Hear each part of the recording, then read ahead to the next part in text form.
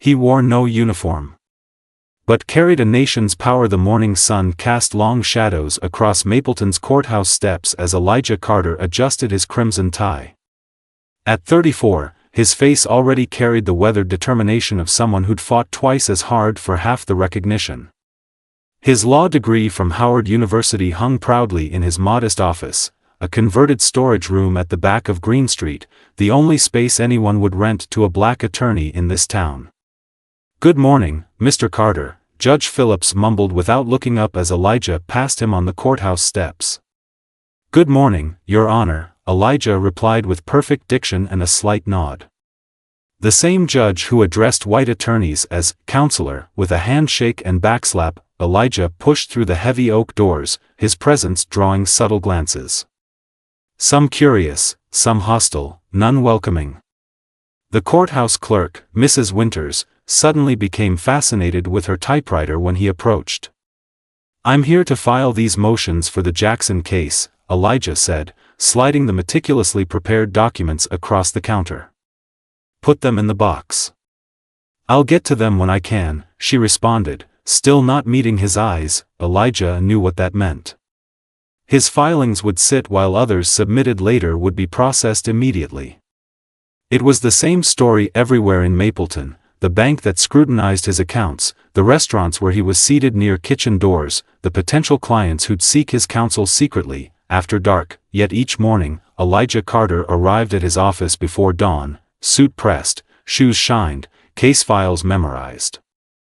Not because Mapleton deserved his excellence, but because justice did. His grandfather's words echoed in his mind daily: "They may not respect the man, but they'll have to respect the law." The call came at 11:42 p.m. on a Tuesday. Elijah had just closed his dog-eared copy of Native Son when his phone rang with unusual urgency. "Mr. Carter? This is Dina Taylor. They've arrested my son, Marcus. Please help us."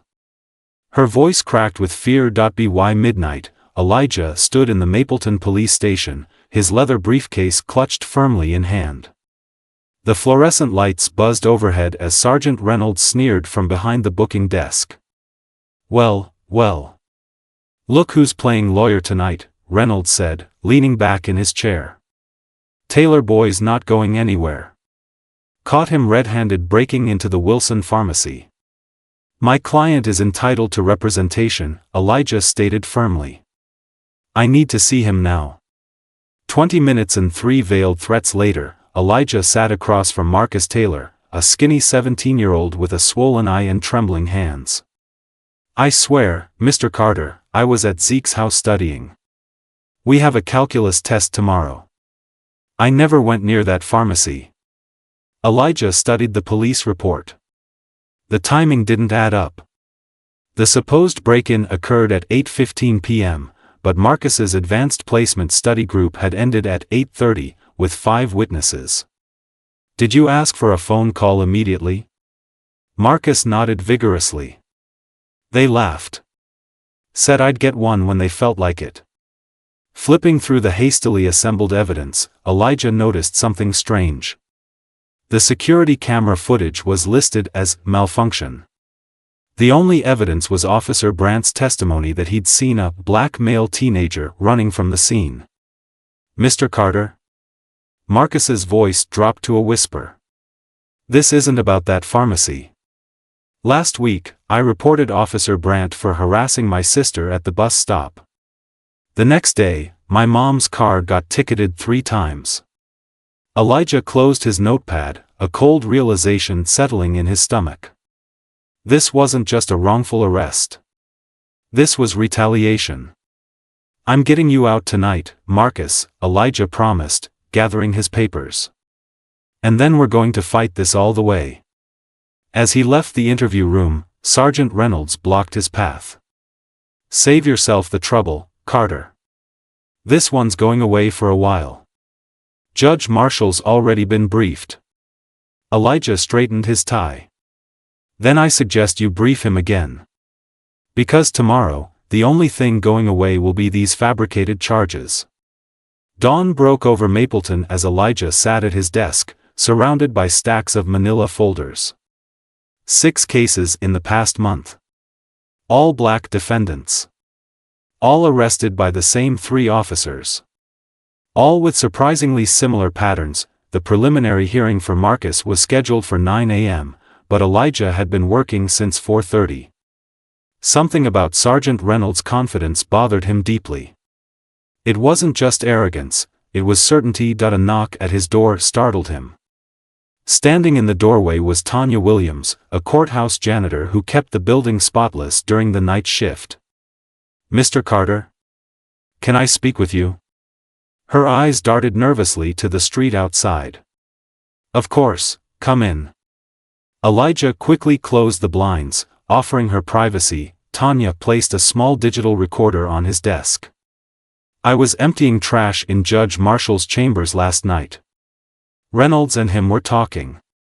They didn't know I was in the supply closet." Elijah pressed play. The voices were unmistakable. "The Taylor kid's the perfect example," Reynolds was saying. "Their neighborhood's the next target for Westland development. Mayor needs those properties, and nothing drives down real estate like crime statistics." Judge Marshall's voice followed, "Just make sure the charges stick this time. Last quarter, we only kept 60% in the system. That's not enough pressure." Elijah's heart pounded as the recording continued, revealing a systematic plan. Target black neighborhoods with increased patrols and aggressive arrests. Create inflated crime statistics. Watch property values plummet. Then, Westland Development, owned by the mayor's brother-in-law, would swoop in with lowball offers to revitalize the area. "There's more," Tanya whispered, sliding a USB drive across the desk. "Last year, my nephew was arrested just like Marcus. When I started cleaning the evidence room, I noticed things. Missing paperwork, camera footage that disappeared. So I started making copies. The USB contained dozens of files showing altered police reports, fabricated evidence, and a map of Mapleton with certain neighborhoods circled in red, all predominantly black areas." "Why bring this to me?" Elijah asked, though he already knew. "Because you're the only one who might do something," she replied, rising to leave. "And because my grandson lives in one of those circled neighborhoods."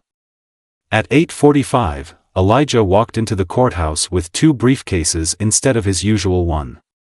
The second contained copies of everything Tanya had provided, plus affidavits from 3 other courthouse employees who'd witnessed similar conversations. Judge Marshall's face drained of color when Elijah approached the bench before proceedings began, requesting a private conversation in chambers. "What's this about, Carter? We're starting in 10 minutes. "It's about a recording I think you should hear, Your Honor," Elijah replied calmly. "And about how today's hearing is going to go very differently than expected." "You're making a grave mistake," Judge Marshall hissed, his jowls quivering as he paced his chambers. "Do you understand what happens to people who make accusations against this town's leadership?" Elijah remained seated, one hand resting on his briefcase. "Are you threatening me, Your Honor?" The judge stopped pacing. "I'm advising you. As someone who knows how things work. Drop this nonsense, release the evidence to me, and perhaps young Mr. Taylor gets community service instead of 5 years. "That's not how justice works," Elijah replied, rising to his feet. Outside the courthouse, news vans had begun to gather. Elijah had sent copies of the evidence to 3 trusted journalists before entering the building that morning. When Elijah emerged from the judge's chambers, Sergeant Reynolds and Officer Brandt waited in the hallway, blocking his path. "Heard you've been collecting stories about us," Brandt said, cracking his knuckles. "Funny thing about stories, some people never get to tell them." Elijah stood his ground. "Step aside, gentlemen. The hearing starts in 2 minutes." Reynolds stepped closer, his breath hot on Elijah's face. "Your car brake lines looked a little worn when we checked them this morning. Shame about that steep hill by your house." A court reporter rounded the corner, causing the officers to step back. Elijah used the moment to brush past them, heart hammering against his ribs. The courtroom fell silent as Elijah entered. In the gallery sat not only Marcus's family but dozens of community members. Word had spread fast. Among them, Elijah spotted Tanya Williams, sitting tall despite her evident fear. Mayor Caldwell himself had appeared, seated smugly in the front row beside the police chief.